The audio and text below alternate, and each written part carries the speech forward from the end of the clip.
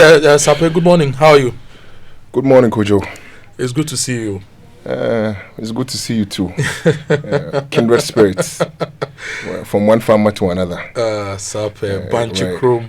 How's business going for you, though? Oh, the outlook is great. We're excited about the initiatives of the incumbency. I think that a positive outlook on business and the confidence in the economy is reflecting in how the business projections is also coming along. So we are very much excited about the future. For cassava, I think that the current Minister of Agric is very much in tune with the prospects, and that makes me very excited. So big shout outs to Honorable Eric Opoku, the current Minister of Trade, Agribusiness and Industry is also very much in tune with the prospect of the cassava industrialization as well. So I'm surprised that of all the commodities you could have gone into, so there is the vegetables, there is the grains, there is the tree crops, and a whole lot of other things, you chose to go into the roots, cassava to be precise. What makes it an interesting area to look at? I mean, Kojo, let's look at it from even a sustainability perspective. Cassava inherently sustainable. In the sense that you understand when it comes to even the conversation on climate change and climate sustainability, cassava is a hardy crop. So currently, a lot of our brothers and sisters in the north are substituting their cereals for cassava. Mainly because it's hardy enough and can survive in arid conditions. So in terms of even industrialization, you'd realize that everything along the processing nothing goes to waste. There's the conversion into biodegradable plastics as well, which is inherently sustainable as well. For me, the catch is this: without industrialization, Kojo, cassava contributes to 22% of Ghana's agricultural GDP. Only cassava contributes to 22% of Ghana's agricultural GDP. Yes.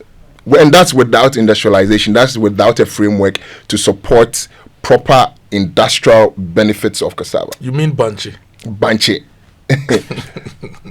So, I mean, once we get into the nitty-gritties where you understand the industrial derivatives, you understand the market sizes, then you understand why it is a very strategic crop.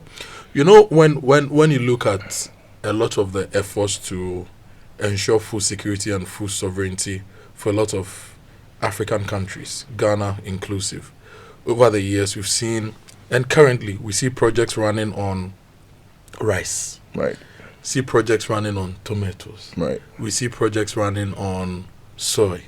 We see projects running on, say, chicken. We see projects running on a lot of commodities. We've invested over the years also into the cocoa industry, and now we have a behemoth called Cocoa Board. Right. We've invested in tree crops, so we have oil palm, we have cashew, we have coconuts and other things. I don't see as much effort being given to the roots and tubers, but if you look at the numbers, roots and tubers, Ghana is only number 2 to Nigeria in Africa, and we are in the top 10 producers of roots and tubers in the world. Is there something we are not seeing about roots and tubers to give it more attention to ensure our food security? So you see, Kojo, the conversation on industrialization for cassava has been hard fought. In that, the current factories that exist for industrialization of cassava have not been able to meet a certain potential. So investors as well as different government agencies are a bit reluctant to put in that level of investment that is needed to churn out that real potential of cassava. I mean, the story of Ayinsu Starch. The story of Caltech as well. And when you analyze these things, for me, I analyze it from a developmental standpoint. Yeah. In that someone has to be the first entry into that business. Then how do we learn from the mistakes, and then how do we ensure that those mistakes now become benefits for us? Because the truth is, if without the frameworks, we are churning out about 22% of our agricultural GDP. Try imagine if we built a robust framework that supports the industrialization itself. Have a national policy on cassava industrialization. That is something we are currently even working on. Ensure that we are being deliberate about the markets that exist for the cassava derivatives. Empower the rural economy by empowering rural farmers, commercial farmers to grow the feedstock to support the industrialization conversation. The thing is this, the bottleneck sits with the feedstock. Where's the banchi? You see, the MOFA stats is saying that we have about 22 million metric tons of cassava annually. But the truth is, where is that banchi? You and I know the data that comes from MOFA. And when it comes to the conversation of industrialization, proximity is key. So if I have a factory, say in Anumabo, and I need cassava, and there's a cassava farmer who is sitting somewhere in the Ashanti region. Assuming I'm processing starch, within 48 hours, cassava loses about 10% of the starch content. So how do you harvest, load, transport to my factory within that 48-hour window, so we don't lose starch content due to fermentation? And then once I receive it, how do I process on time as well? So assuming that we even had 22 million metric tons of cassava being produced annually, how do we organize these value chains properly such that there's connectivity along the value chain? That's so key. So according to data from MOFA, we produce about 22 to 25 million metric tons of cassava. If you add the other root crops, then we are going far. So for root crops, we have yam. So these days, I see a lot of young men in traffic selling yam. Right, absolutely. We have cassava. And yam, we are the leading exporter globally, followed by Jamaica. Right. So we have yam, we have cassava, we have potatoes, we have cocoyam, and then we have the other one, cocoyam's cousin. Which one? The bigger one. What's it called? So there's cocoyam, and then there's a bigger one. Is it the one in Itiwa East? Help me. There's manking, and then there's the bigger one. Obeti. If you're a listener and you know what I'm trying to refer to, the name is just here, but it's not coming. The one we fry and eat, it's just like manking. It's bigger. Which one? No, I've mentioned cassava, yam, potato, cocoyam. I'll get it and I'll mention it. So we have all these roots.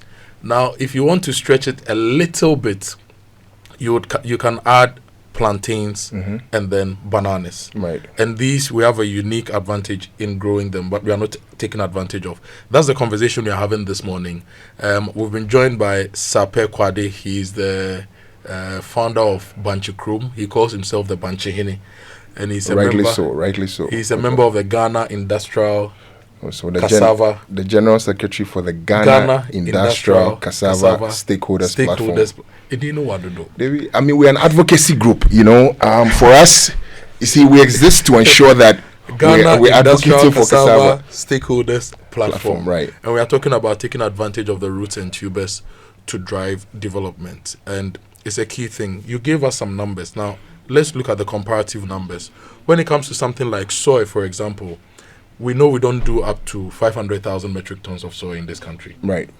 And soy beans become oil, and then the cake feeds the poultry industry. Right. We don't do as much. When it comes to maize, the last time we set a target for ourselves in this country, we targeted to produce 4 million metric tons of maize. When it comes to rice, let's give ourselves about 1 to 1.5 million metric tons of paddy rice. So the roots crops are around your 2020. So they are far ahead of all these other commodities. Why? What you've also giving us some challenges as to why you cannot process them because of the challenges. But let's not even look at the challenges. Let's look at the opportunities. And I want us to focus on something like cassava. How can cassava transform our food system? Aside our regular banchampesi, we know that we use cassava for. Aside our regular konkonte, we use cassava for. Aside fufu, that we use cassava for. What is the world using cassava for that we are sleeping on, and if we paid attention to, could transform our life? Okay, this is a loaded question, Kojo.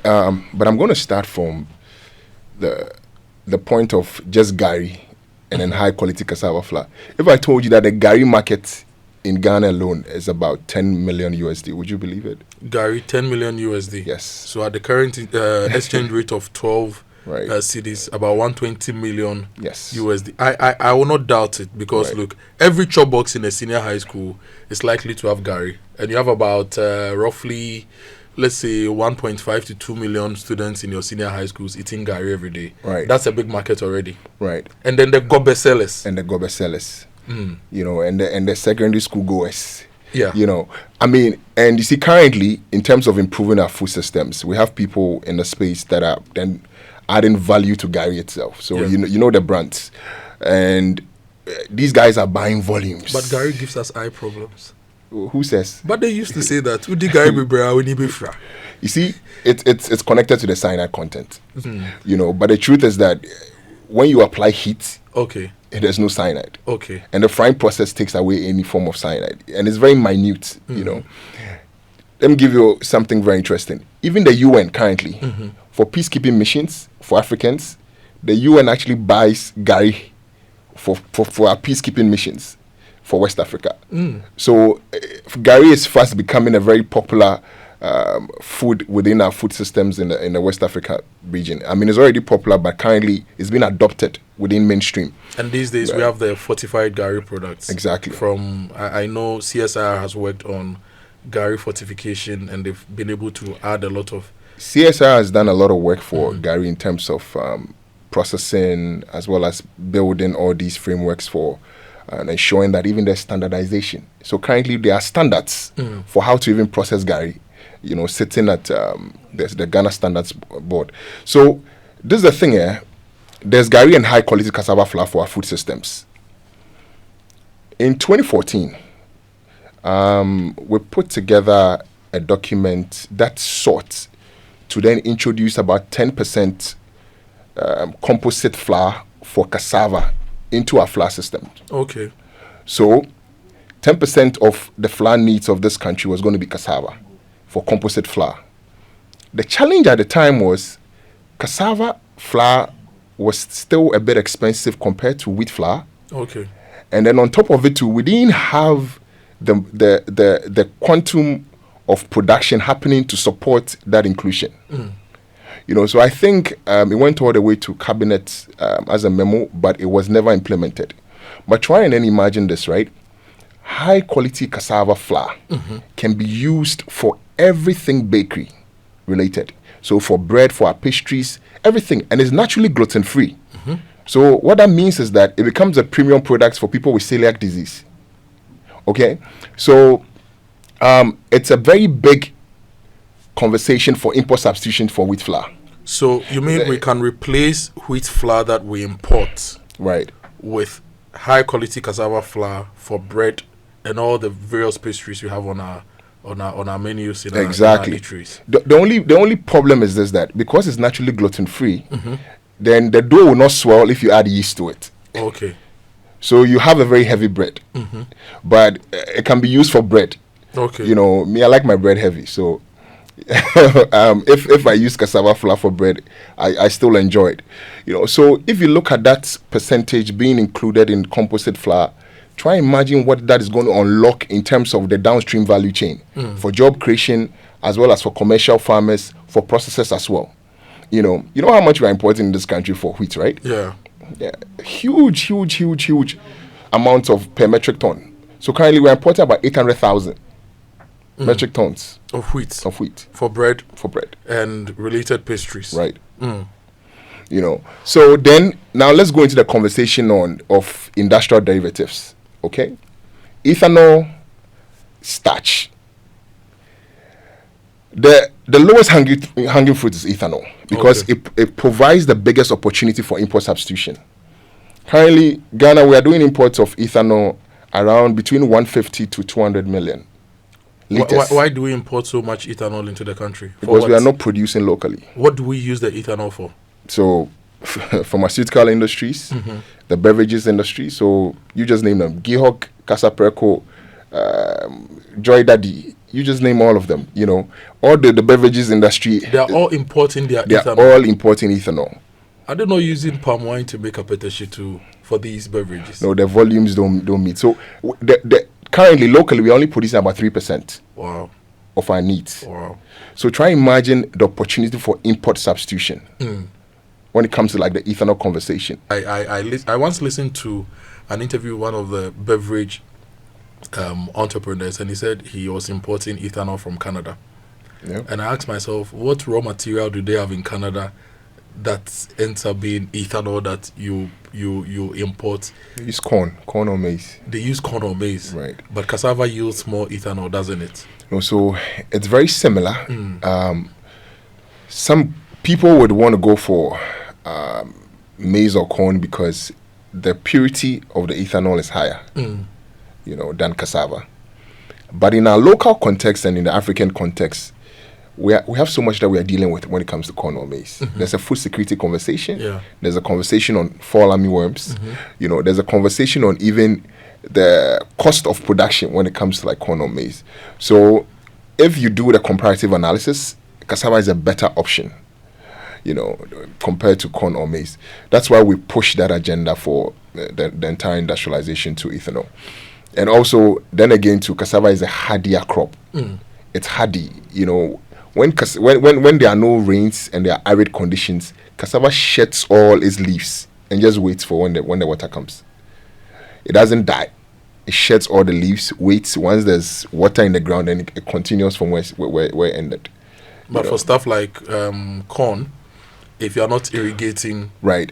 If you miss the window for proper irrigation before the tassel, that's it. So for climate sensitive agriculture, crops like cassava is good for us because if you go to a lot of the areas, even up north, where they don't have water all year round, they have only one rainy season. Right. A crop like cassava ensures that people will get some money at the end of the year. Yes. And they'll get food to eat at the end of the year.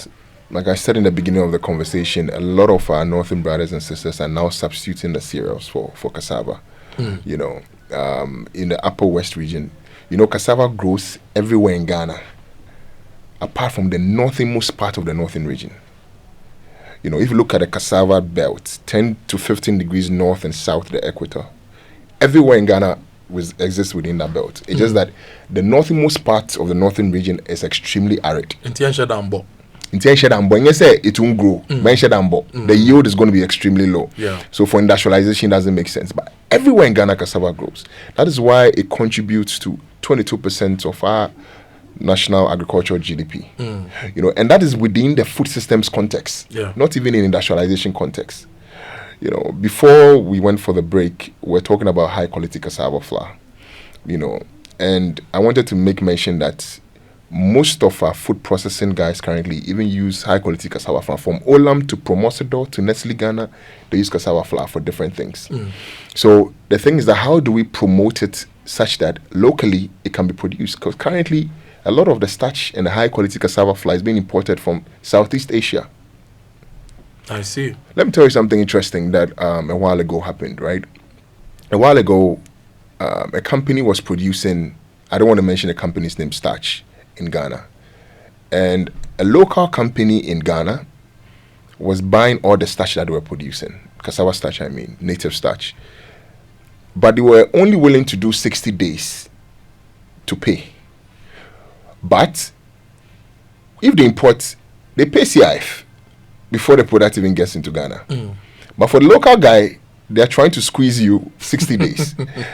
Guess what happened? So local guy says, I won't sell to you anymore. Local guy sells his produce to North Africa. North Africa then sells to South Africa. And then same company buys from South Africa. Wow. And that is what happens when it comes to some of these conversations, because there's no deliberate attempt by government as well as stakeholders to ensure that our interest is protected. When COVID hit, there was a de facto policy thing that happened. So, because some global supply chains were curtailed, you would realize that we couldn't import ethanol into the country. So sanitizers became a big hit. So all the major guys, Kojo, from Cassava to Pharma to you just name them, all the guys that were using ethanol for varied reasons, all deposited money at Caltech, waiting to buy every single drop of ethanol. You know, and at the time, I remember I had farms somewhere in the Volta region, and it wasn't even ready for harvest, but Caltech was pushing me to sell because the market existed and there was pressure and people were funding it. And that also creates a de facto system for futures trading. You are trading in futures, essentially. Yeah. You know, so it's a very interesting conversation on connectivity. It's a very interesting conversation on deliberate investments within value chains and specific notes to ensure that there's sustainability both financially and then business operations.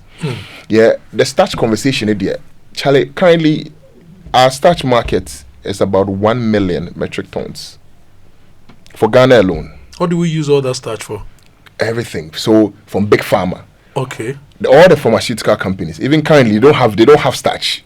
Currently, that I'm speaking to you, a lot of the pharmaceutical companies are struggling to get starch into the country. They use the starch to bind. It's a binding agent. Okay. For every form of tablet or drug that you take, it's a coagulant for the different constituents within the drug. Then again, it comes to like food processing. So all the beverage guys. From Diageo, Nestle Ghana, the tomato paste guys, they are all using. I mean, tomato mix. You mean tomato mix? Tomato mix. Because these days they had right. Because the truth is, tomato paste actually, like it's like what 80% cassava starch or starch. You know, the rest is other things, and then about 5% real tomatoes. You know, so the conversation on industrial starch is huge because industrial starch itself becomes a primary product for further processing. So sorbitol, glucose, fructose, you know, and the conversation goes on and on and on. Biodegradable so plastic. We are sitting on a multi-billion-dollar industry. Kojo, the math has been done. Hypothetically, cassava can do what gold and cocoa is doing combined if deliberate attempt is made to make investments. Cassava can do what gold and cocoa is doing combined.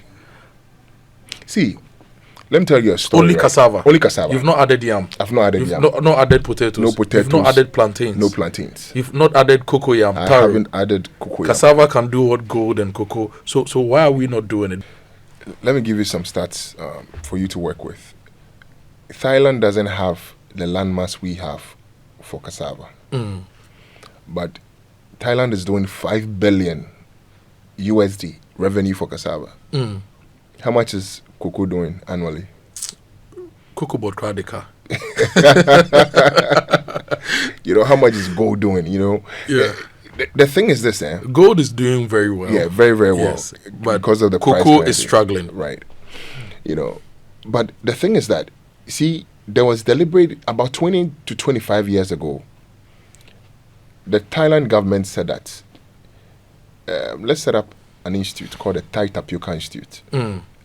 And invested over $20 million in that institute to ensure that they are able to build a resilient value chain for cassava.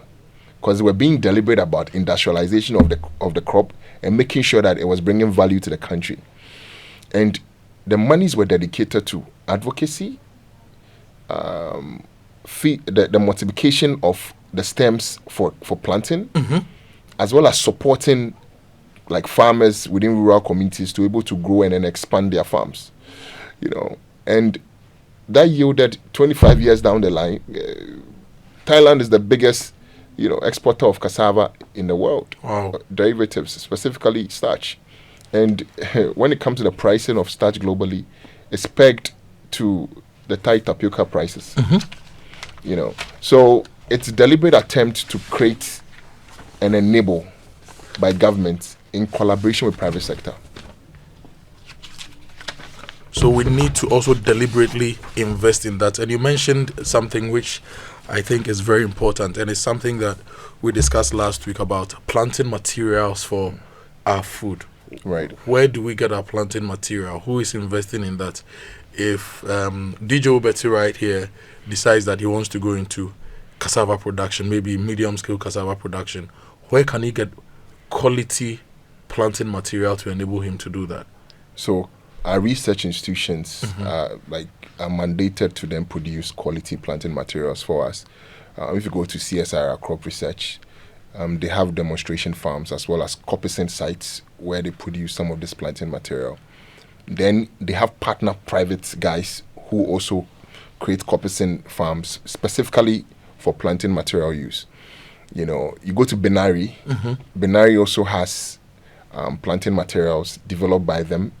And these planting materials are high yielding planting materials as well. You go to the different institutions, KNUST, you go to Cape Coast So University. I mean, if somebody wants to set up a 10,000 acre cassava farm, right, in the next 3 months, they can get planting materials from these institutions you are mentioning to set up that 10,000 acre cassava farm. I do not think they can get all that from these areas. The thing is this, although we have all these guys producing this planting material, the investment hasn't been done in a way that supports large-scale industrialization. And that's the thing. For us at the platform, we are very key on ensuring that our strategy is to make investments at different nodes of the value chain. And this particular node is very critical to us. So in the national policy draft that we have currently, that we're trying to push, that policy ensures that we bring all the different stakeholders that are churning out planting material varieties in these different institutions together at one table, and then essentially create a hub where they operate from. So we don't have scattered institutions creating different varieties of cassava. Then if you're looking for a certain variety, you go to Binari, you go to the University of Cape Coast, or you go to CSIR crop research. Then we have one centralized hub for the production of the planting materials as well as propagation. So it's a policy alignment that we are trying to achieve. But currently, I don't think it's been done in a way where that supports large-scale industrialization for the production component of it.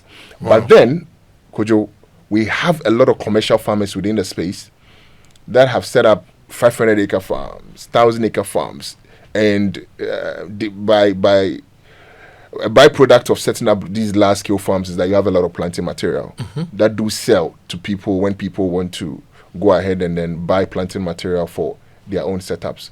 So yes, you would get within the space from private sector, but within the framework of government institutions and research institutions, they don't do at that scale. We're wrapping up here on the Joy Sustainability Man, talking to Sarpei Kwadey, Banchehine of Banchekrom, and we are looking at the roots and tubers revolution, how we can use these things to basically reset our economy and create wealth in Ghana. And if you followed the cassava conversation, usually when we say Yenkodi Banche, people think it's a low value crop, but these are the opportunities we are not looking at. There are billion-dollar opportunities that we are all not looking at, and today we are trying to discuss them and open it up to you as you listen to us as part of our Sustainability Month. So these days, wherever you go around the world, people eat cassava, yam, potatoes in different forms. Bro, I'm telling you,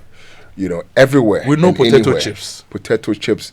That one is a regular thing. It's top of mind. People, I want potato chips. I want fries. We say fries, and it's largely potato chips.